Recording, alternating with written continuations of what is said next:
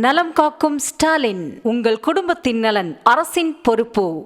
விரைவில் டிடிவி தினகரனும் எடப்பாடி பழனிசாமியும் ஒரே மேடையேறுவார்கள் என பாஜக மாநில தலைவர் நயினார் நாகேந்திரன் தெரிவித்திருக்கக்கூடிய நிலையில் அது அவருடைய கருத்து என எடப்பாடி பழனிசாமி பதிலளித்திருக்கிறார்.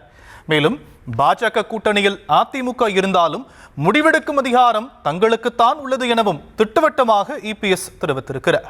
அதாவது தினகரன்ட்ட நான் பேசிட்டு தான் இருக்கிறேன், அவர் என்கிட்ட பேசிட்டு இருக்கிறாரு. எங்களுடைய கூட்டணி தினகரன் எங்களுடைய கூட்டணியில் இருப்பார். நீங்கள் நினைக்கிற மாதிரி வெகு தேர்தலுக்கு நாள் இருக்குது, ஆனால் வெகு விரைவில் எல்லோரும் ஒரே மேடையில் ஏறுவார். அப்படி யார் சொன்னா? உங்கள்கிட்ட யார் சொன்னா? எடப்பாடி பழனிசாமி வந்து ஒரு பிரச்சாரத்தில் பேர் சொல்லலை, அவருடைய கட்சி பேரை சொல்லலை, எல்லா கூட்டணி கட்சி பேரும் சொல்லலை. அது எப்படின்னா இல்லை, அமமுக பேரே சொல்லுதில்ல. அதாவது என்ன, முறையாக சில ஏற்பாடுகள் முடிந்த பிறகு எல்லா பேரையும் சொல்லுவாங்க. சார், விரைவில் நீங்களும் டிடிவி தினகரனும் ஒரே மேடையில் இணைவீங்கன்னு சொல்லிட்டு நயினார் நாகேந்திரன் பாஜக தலைவர் சொல்லியிருக்காரு. அது என்ன சார்? அது அவரை கேளுங்க. அவர் தான் எனக்கு சொன்னாரு, அவரே திருப்பிக்கும். பாஜக கூட்டணி எங்கிட்ட உண்டு, ஆனா மத்ததெல்லாம் நாங்க தான் முடியும். அதிமுக தான் தலைமை தாங்க. ஆனா சந்தர்ப்ப சூழல் வருகின்ற போது அதுக்குண்டான பதில் நாங்க தரப்போம்.